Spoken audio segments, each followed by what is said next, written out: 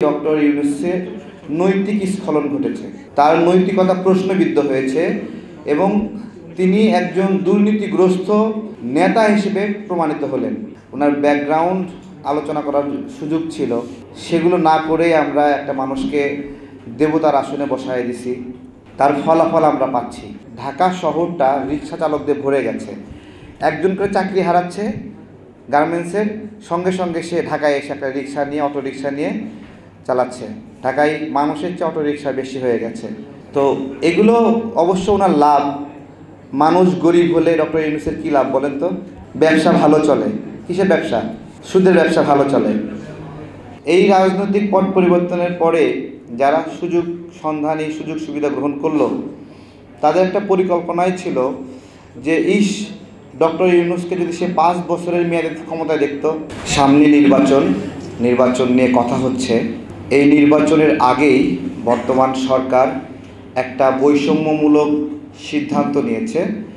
সেই বৈষম্যমূলক সিদ্ধান্ত হলো, সরকার তার পছন্দের ব্যক্তিদের এলাকায় আলাদা নির্বাচনী বরাদ্দ দিয়েছে, যেটা এই সরকারের লেভেল প্লেয়িং ফিল্ডের যে আচরণ, সে আচরণের সাথে সাংঘর্ষিক।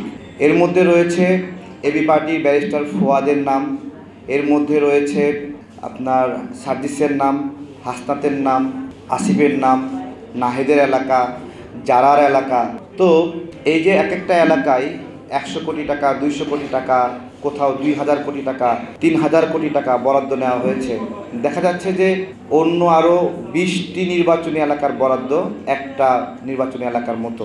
তো সেই জায়গা থেকে বাংলাদেশের বর্তমান রাজনৈতিক অবস্থা হলো এইটা আমার কাছে, যে এইখানে স্বীকৃতভাবে সরকারি উপায়ে লুটপাটের একটা ব্যবস্থা করা হয়েছে। এবং একটা এলাকায় নির্বাচনী এলাকায় বরাদ্দ মানে কি? যার মারফতে এই বরাদ্দটা যায়, ওইখানের কাজ প্রকল্পগুলো বাস্তবায়নে তারই একটা হস্তক্ষেপ থাকে। 100 কোটি টাকার একটা বরাদ্দ যদি হয়, তাহলে যার হস্তক্ষেপে এটা হচ্ছে সে অন্তত 10% কমিশন পেলে 10 কোটি টাকা বরাদ্দ পাবে। তাহলে এই যে নিজ এলাকায় নির্বাচনের আগে বরাদ্দ নেওয়া, এর মধ্য দিয়ে ডক্টর ইউনূসের নৈতিক স্খলন ঘটেছে, তার নৈতিকতা প্রশ্নবিদ্ধ হয়েছে এবং তিনি একজন দুর্নীতিগ্রস্ত নেতা হিসেবে প্রমাণিত হলেন। এটা তো আমাদের হওয়ার কথা ছিল না। তো আমাদেরও স্মরণে রাখা উচিত ছিল, ওনার ব্যাকগ্রাউন্ড আলোচনা করার সুযোগ ছিল, সেগুলো না করেই আমরা একটা মানুষকে দেবতার আসনে বসায় দিছি। তার ফলাফল আমরা পাচ্ছি। তার ফলাফল হলো প্রচুর পরিমাণে গার্মেন্টস বন্ধ হয়ে যাচ্ছে। আওয়ামী লীগ ট্যাগ দিয়ে প্রচুর মানুষকে হয়রানি করা হচ্ছে, বন্দি করা হয়েছে এবং তাদেরকে ব্যবসা করার সুযোগ দেওয়া হচ্ছে না। এর ফলে ঢাকা শহরটা রিক্সা চালকদের ভরে গেছে। একজন করে চাকরি হারাচ্ছে গার্মেন্টসের, সঙ্গে সঙ্গে সে ঢাকায় এসে একটা রিক্সা নিয়ে অটো রিক্সা নিয়ে চালাচ্ছে। ঢাকায় মানুষের চেয়ে অটো রিক্সা বেশি হয়ে গেছে। তো এগুলো অবশ্য ওনার লাভ। মানুষ গরিব হলে ডক্টর ইউনূসের কী লাভ বলেন তো? ব্যবসা ভালো চলে। কিসের ব্যবসা? সুদের ব্যবসা ভালো চলে।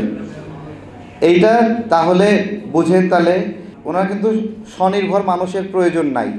মানুষ স্বনির্ভর হয়ে গেলে ওনার ব্যবসা কিন্তু মাঠে মরে যাবে, তাই না? এইটাই একটা সামগ্রিকভাবে মানুষ কেন যেন অহেতুক কারণ ছাড়া, মানে কোনো দিন কোনো একটা বন্যায় 1 বস্তা চাল দেয়নি যে জীবনেও, কোনো একটা আগুন লাগা ঘরে 1 বান্ডিল টিন দেয়নি, কিন্তু অহেতুক তাকে দেবতার আসনে বসায় দিল। আমার খুব আশ্চর্য লাগছিল যে আমি কি ঘোরের মধ্যে আছি না পাবলিক ঘোরের মধ্যে আছে, বুঝতেছিলাম না। বর্তমান বাংলাদেশের রাজনৈতিক অবস্থা হলো, প্রচুর ঝড় হয়েছে আর চোর বাটপাররা সব আম কুড়াচ্ছে এবং চোর বাটপাররা চাচ্ছে এই ঝড় কোনো দিন বন্ধ না হোক, তারা আজীবন আম কুড়াবে। এখন এত ঝড় হলে গাছটাই যে শিকড় সহ উল্টায় পড়বে, সেই চিন্তা তাদের মধ্যে নাই। কিচ্ছু বলার নাই। বারবার বলতে গেলে বিভিন্ন গোষ্ঠীর বিপক্ষে যায়। এই রাজনৈতিক পট পরিবর্তনের পরে যারা সুযোগ সন্ধানী, সুযোগ সুবিধা গ্রহণ করলো, তাদের একটা পরিকল্পনাই ছিল যে ডক্টর ইউনূসকে যদি সে 5 বছরের মেয়াদে ক্ষমতায় দেখত। দেখেন ওর মধ্যে আক্ষেপ। কেন এই আক্ষেপ? আর একটু বেশি সুবিধা নিতে পারতো, তাই না?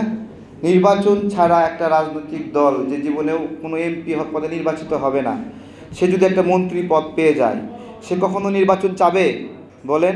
কোনো ধরনের রাজনৈতিক গ্রহণযোগ্যতা ছাড়া এবি পার্টি যদি চিফ প্রসিকিউটর পদ পেয়ে যায়, সে কখনো নির্বাচন চাবে? কোনো ধরনের নির্বাচন ছাড়াই যদি একটা সংগঠন রাষ্ট্রের বিভিন্ন জায়গায় মেকানিজমে নিয়ন্ত্রণ করা শুরু করে দেয়, তাহলে সে নির্বাচন চাবে না। নির্বাচন না চাওয়ার জন্য হাজারটা কারণ রয়েছে যে কেন তারা নির্বাচন চায় না। এবং এরা গণতান্ত্রিক আন্দোলনের লড়াইয়ের যোদ্ধা ছিল, সাহসী যোদ্ধা ছিল, কিন্তু রাতারাতি এরা ফ্যাসিবাদ হওয়ার তালিম নিচ্ছে যে কি উপায়ে ফ্যাসিবাদ হতে হয়।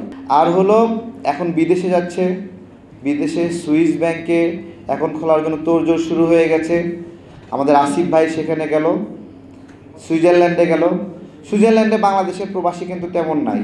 যদি এরকম বলে বাংলাদেশের প্রবাসীদের সাথে দেখা করতে গেছে, সৌজন্য সাক্ষাৎ করতে গেছে, এটা বলতে পারবে না।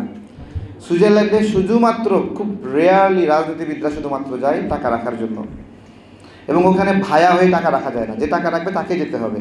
আপনারা বুঝতে পেরেছেন বিষয়টা? এইটা হলো আমাদের সামগ্রিক রাজনীতির অবস্থা ভাই, অসহায় হয়ে গেছে।